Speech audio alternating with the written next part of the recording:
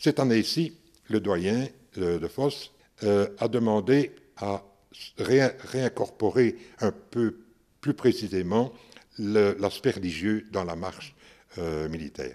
Et c'est effectivement une chance parce que il faut bien se rendre compte que toute marche d'Entre-Sambre-et-Meuse n'est pas un carnaval, ce n'est pas un défilé militaire, c'est une escorte militaire d'une procession locale, en l'honneur du saint patron de la paroisse.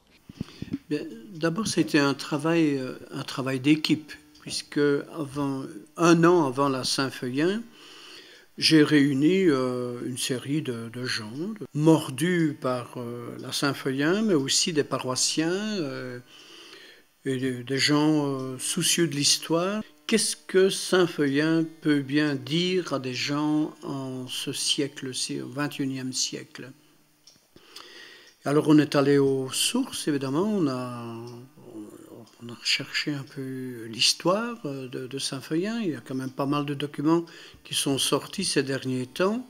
En étudiant qui était ce Feuillin, bien, on a découvert des valeurs vraiment importantes pour nous aujourd'hui. C'est donc un moine irlandais, né probablement au tout début du 7e siècle.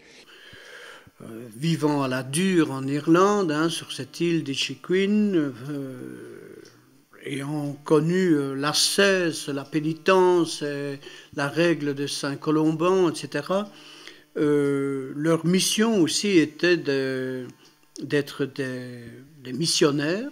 Il est arrivé ici à Fosse, en tout cas en 651, après avoir pérégriné un peu et fondé une abbaye, notamment sur la côte est de l'Angleterre, un peu au nord de Londres, à Knobberasburg. Puis il est passé sur le continent, où il est allé sur la tombe de son frère Furcy, son frère aîné, qui était enterré à Péronne. Et de là, il est arrivé à Nivelles, après une petite brouille apparemment avec le maire du palais, Erchinoald, là-bas, puisqu'on était en Neustrie à ce moment-là. Que Feuillin n'a pas été un saint tranquille, ça n'a pas été quelqu'un qui a eu la vie facile. Il a rencontré plein d'obstacles. Toute sa vie a tout le temps été obstacle à tout point de vue. Et il a donc été réexpédié. Le texte latin dit même expulsissunt. Donc ils ont été expulsés par Erchinoald. Ils sont donc venus à Nivelles, où ils ont été là très largement, très cordialement accueillis par Sainte Gertrude et sa mère Hitte, qui était la veuve de Pépin de Landenne, à Nivelles. Feuillin était un passionné d'évangile. Il est venu d'Angleterre tout simplement avec une besace dans laquelle il y avait quelques reliques, mais en tout cas il y avait l'évangile et quelques vases sacrés pour le culte. Ils ont séjourné un moment à Nivelles. Le Feuillin y a laissé une partie de sa petite communauté de moines irlandais. Et Hitte et Gertrude lui ont donné le domaine de Bebrona, qui est la vallée de la Bième actuellement. Bebrona étant un mot celtique formé de Beber, qui signifie castor, et Ona, qui signifie l'eau. Donc c'est la rivière des castors, qui s'étend depuis l'étang de Bambois actuel, qui n'existait pas encore, mais qui était la source de la rivière actuelle, qui est devenue, par le mot se déformé pour donner la Bième actuellement, le ruisseau de Fosse, et qui se jette dans la Sambre à Nivelles. Alors, un domaine qui représentait quand même 5000 hectares, donc il avait de quoi se promener et évangéliser un peu déjà la région. Autre caractéristique de Feuillin, c'est que c'était un pauvre. Et que c'est par sa pauvreté et par son ascèse que véritablement il a changé quelque chose. C'est une valeur pour nous aujourd'hui que voilà que c'est un homme pauvre qui a transformé la société qui était pervertie par l'argent de ce temps-là. Mais Feuillin était un missionnaire, il avait la vocation missionnaire, il ne savait pas rester en place.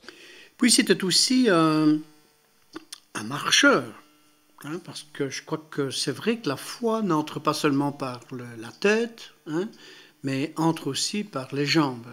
Feuillin était un marcheur de Dieu. Et quand on voit son itinéraire, il en a fait des kilomètres à l'époque, et toujours tout à pied, évidemment. Et c'est ainsi que un jour de 655, ayant quitté Nivelles, on ne sait pas très bien, certains disent qu'il revenait vers Fos, ce qui est peu probable, puisqu'il a été dévoyé vers Senef, et là, là où se trouve maintenant la ville du Reux, il a été massacré par des bandits, avec 3 compagnons. Son corps a été ramené à Nivelles, mais on n'a retrouvé que 77 jours après, 77 étant bien sûr un chiffre sacré, et ramené à Nivelles d'abord, mais il avait émis le souhait d'être enterré à Fos, alors on a ramené son corps à Fos, qui a été directement l'objet d'une grande vénération. Il y a eu des pèlerins qui sont venus implorer sa protection, apparemment des miracles, mais on n'en cite pas énormément. Par contre, ce qu'on sait, c'est qu'en 1086, l'évêque Henri de Verdun, l'évêque de Liège, est venu ici à Fos sortir les reliques de la tombe où il se trouvait, les élever sur l'autel, ce qui équivalait encore à l'époque à la canonisation, qui a été réservée par après au pape 2 siècles plus tard. Mais à ce moment-là, donc, le culte populaire en honneur de Saint-Félien était reconnu au moins dans la principauté, dans l'évêché de Liège, puisque c'était le pouvoir des évêques de reconnaître un culte pour un saint particulier dans les limites de leur diocèse.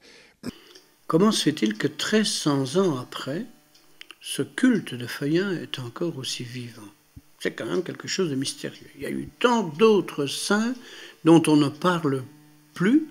Et d'ailleurs, même en Irlande, le culte de Feuillin est très peu connu. Très peu. Ils connaissent beaucoup plus Furcy. Comment se fait-il qu'à Fos, il y a cette ferveur qui reste? Mais ce culte s'est répandu largement à l'extérieur, puisqu'on retrouve des églises de Saint-Folien en Brabant-Wallon, notamment à Hénin, à Offus, à Grand-Lay, à Longchamp plutôt, à Leuze-Longchamp, et également dans le sud de la province d'Amur, à Omzey. Il y a aussi une église Saint-Folien à Liège et une église Saint-Folien à Aix-la-Chapelle. Donc son culte a été très largement répandu.